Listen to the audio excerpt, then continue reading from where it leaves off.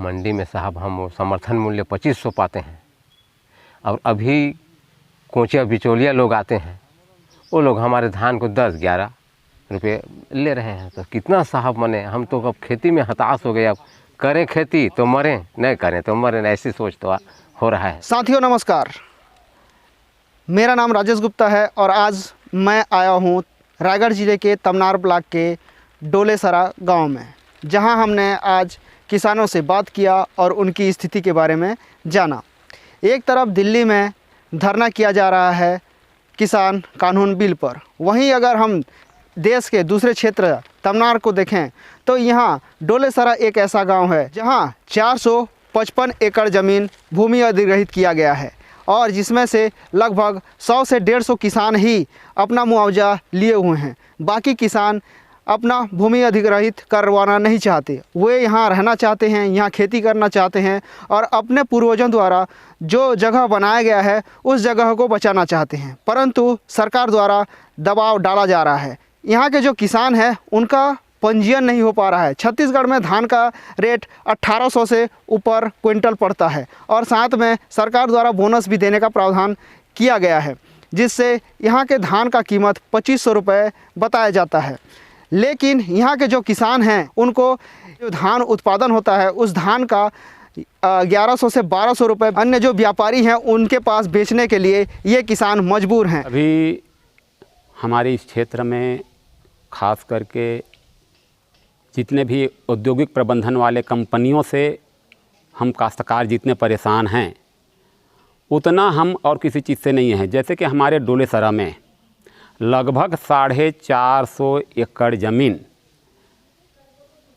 S die के नाम से जो है अधिग्रहण हुआ है और अभी तक उस एस डाई जो अधिग्रहित किया गया है उसमें न तो कंपनी काबिज हुआ है और न हम काश्तकारों का पंजीयन हो पा रहा है।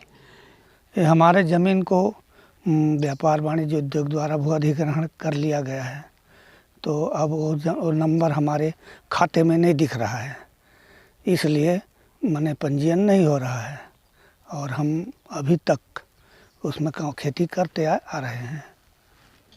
इस अधिग्रहित भूमि में लगभग कुछ काश्तकार पैसे का आहरण कर चुके, लेकिन सबसे ज़्यादा लगभग 200-250 एकड़ के हम काश्तकार जो हैं अभी तक पैसे का आहरण नहीं किए हैं। इसके लिए पटवारी, तहसीलदार, एसडीओ, कलेक्टर और उसके आगे भी और माननीय राज्यपाल को भी हम दिए थे, तो पर भी कई प्रयास करने के बाद भी इसका कोई हल नहीं निकल रहा है।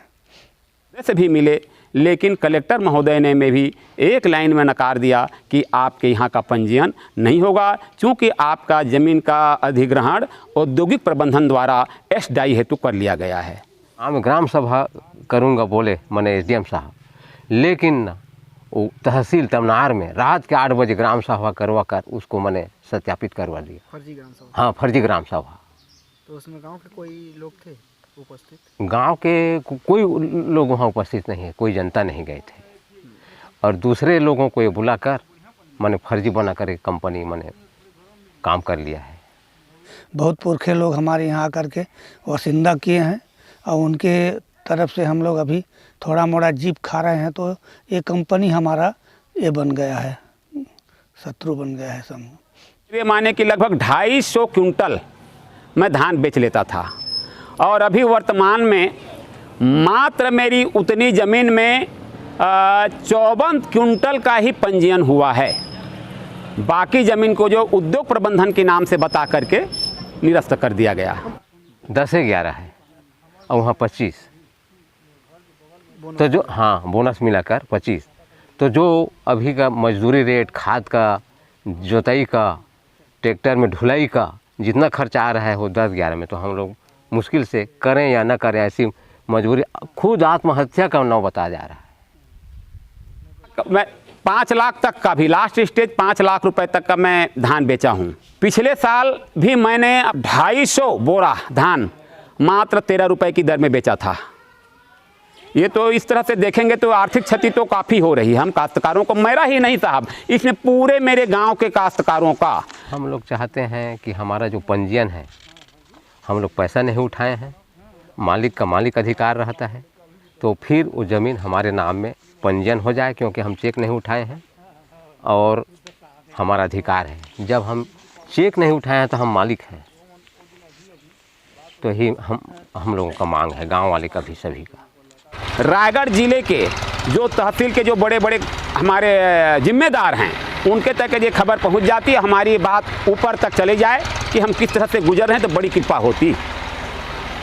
पिछले 3 साल से इनका धान पंजीयन न होने की वजह से नहीं बिक रहा है। एक तरफ 1100 रुपये में बेचने को मजबूर हैं और दूसरी तरफ अगर सरकार इसको खरीदती है तो इनको 2500 रुपये दिया जाएगा। तो 2500 और 1100 में यह डिफरेंस देखने को मिल रहा है कि लगभग आधे से कम कीमत पर ये किसान अपने धान बेचने के लिए मजबूर हैं।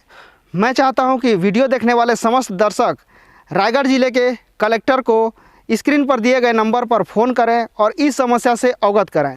मैं राजेश गुप्ता, जिला रायगढ़, छत्तीसगढ़ से इंडिया अनहट के लिए।